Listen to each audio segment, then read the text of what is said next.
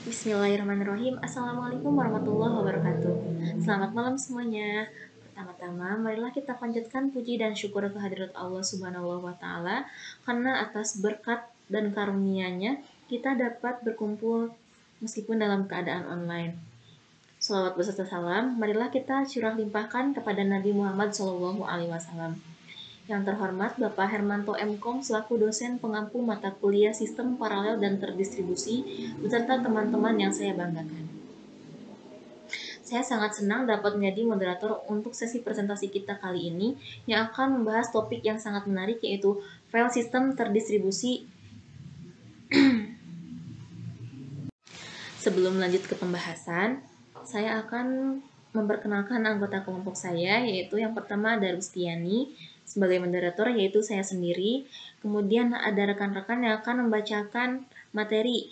Yang pertama ada Yuni Lestari, kemudian Salma Della, kemudian Irman Nurmasari, dan yang terakhir ada Susanti. Berikut submateri yang akan kita bahas. Yang pertama ada pengertian file sistem terdistribusi. Yang kedua ada cara kerja DFS. Yang ketiga fitur-fitur pada DFS. Yang keempat kelebihan file sistem terdistribusi. Yang keenam ada perbedaan file sistem terdistribusi dengan penyimpanan objek. Dan yang terakhir ada contoh dan penerapan dari file sistem terdistribusi.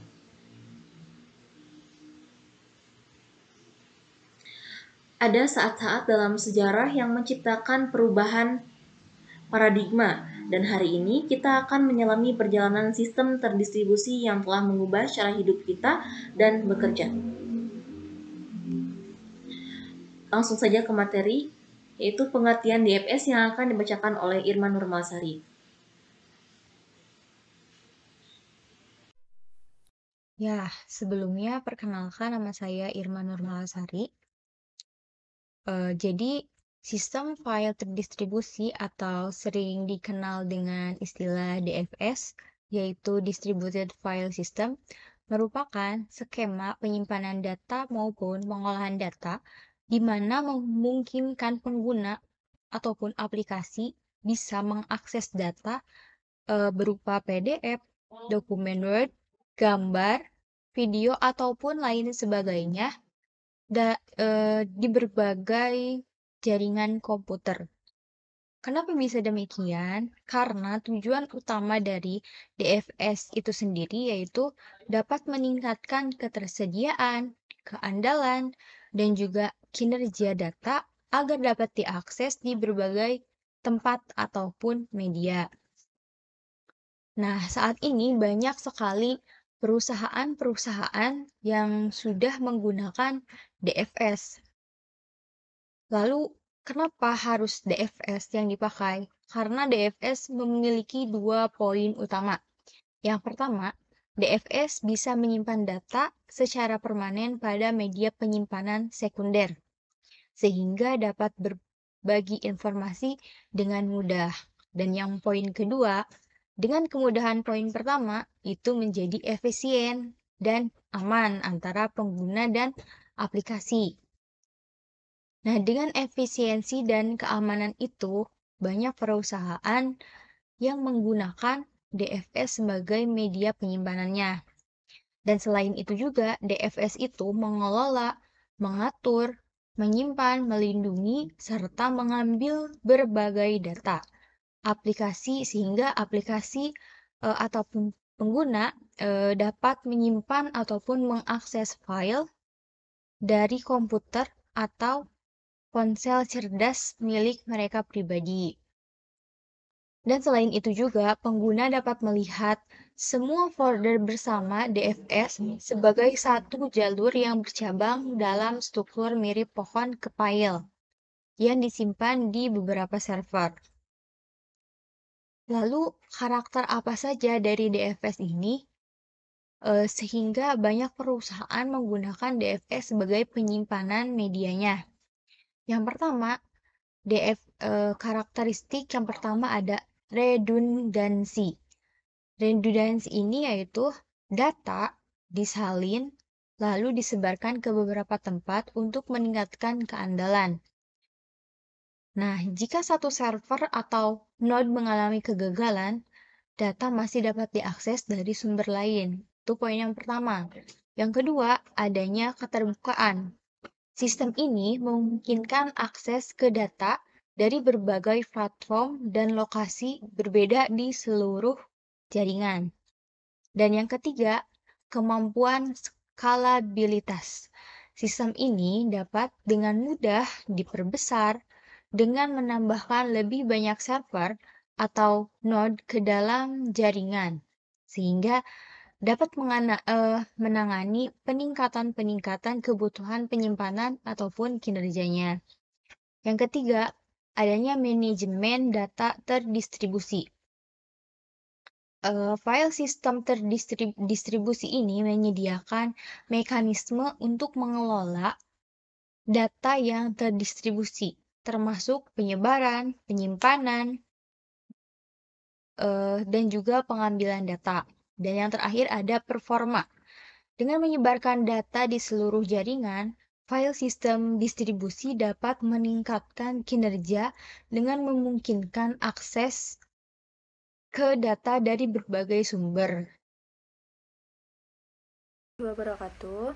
Saya di sini akan menjelaskan sedikit tentang cara kerja DFS. Jadi dengan DFS, klien dengan server dihubungkan bersama untuk membuat satu sistem file paralel dengan sekelompok node penyimpanan. Sistem ini dikelompokkan dalam satu namespace dan kumpulan penyimpanan dan dapat memungkinkan akses data cepat melalui beberapa host atau server secara bersamaan. Datanya sendiri dapat berada di berbagai perangkat atau sistem penyimpanan, mulai dari hard disk drive hingga cloud public. Terlepas di mana data disimpan, DFS dapat diatur sebagai namespace yang berdiri sendiri atau independen, hanya dengan satu server host atau namespace berbasis domain dengan beberapa server host.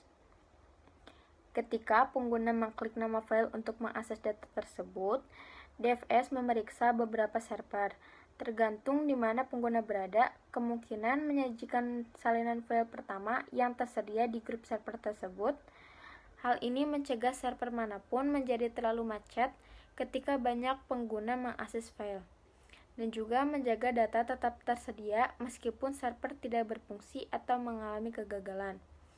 Melalui fitur replikasi file DFS ini, setiap perubahan yang dilakukan pada file disalin ke semua contoh file tersebut di seluruh node server.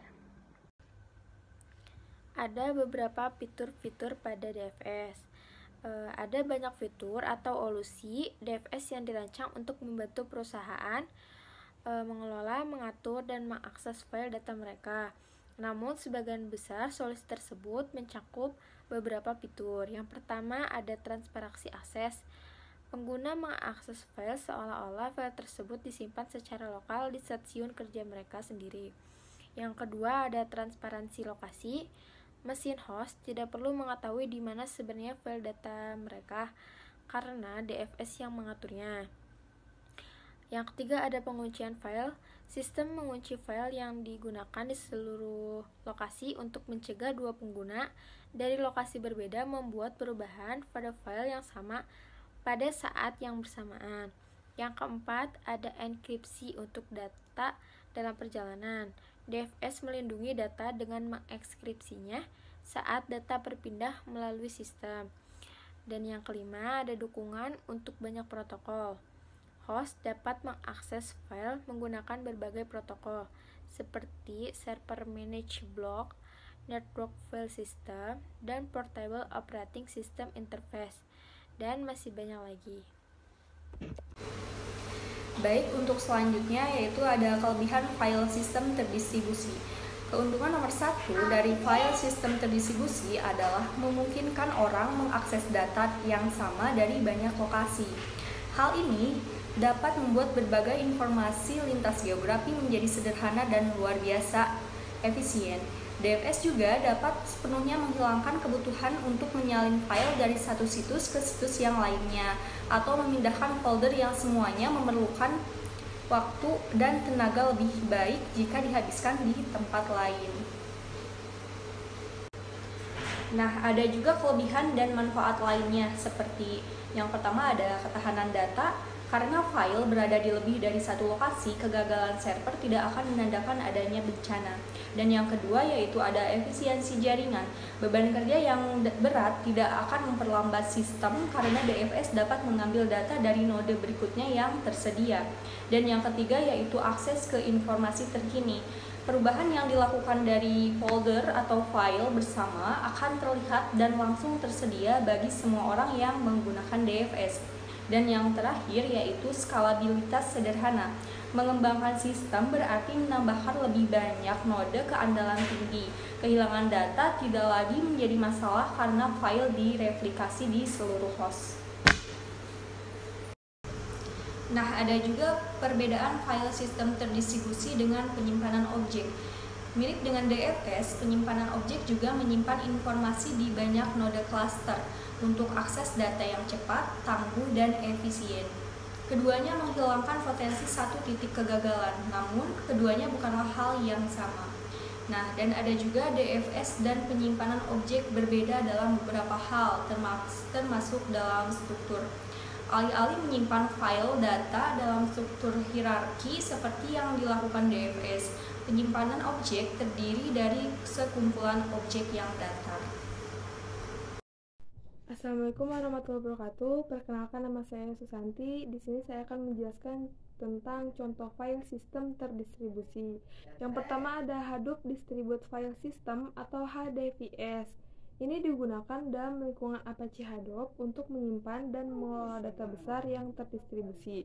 Yang kedua ada Google File System atau GFS. Ini dikembangkan oleh Google untuk menyimpan data di seluruh pusat data mereka. Lalu ada Chip, sistem penyimpanan terdistribusi yang bersifat open source dan dapat menyebarkan data di seluruh node di dalam cluster. Yang terakhir ada Gluster VS, file sistem distribusi open source yang dirancang untuk menyebarkan data di seluruh jaringan dan dapat diperbesar sesuai kebutuhan. Lalu di sini ada penerapan file sistem terdistribusi. Yang pertama ada penyimpanan data dan file searching dan file sharing. Nah, sistem terdistribusi ini memungkinkan data dan file untuk disimpan dan diakses secara bersamaan oleh beberapa komputer yang terhubung dalam jaringan. Hal ini memudahkan pengguna untuk mengakses dan memperbarui data secara bersamaan tanpa harus tergantung pada satu komputer server utama. Yang kedua ada pemrosesan data dan permodelan. Sistem terdistribusi ini dapat digunakan untuk memecahkan masalah-masalah yang membutuhkan komputasi seperti permodelan meteorologi atau simulasi nuklir. Dengan menggunakan banyak komputer yang terhubung dalam jaringan, sistem terdistribusi ini dapat mempercepat proses permodelan dengan membagi beban komputasi ke berbagai komputer.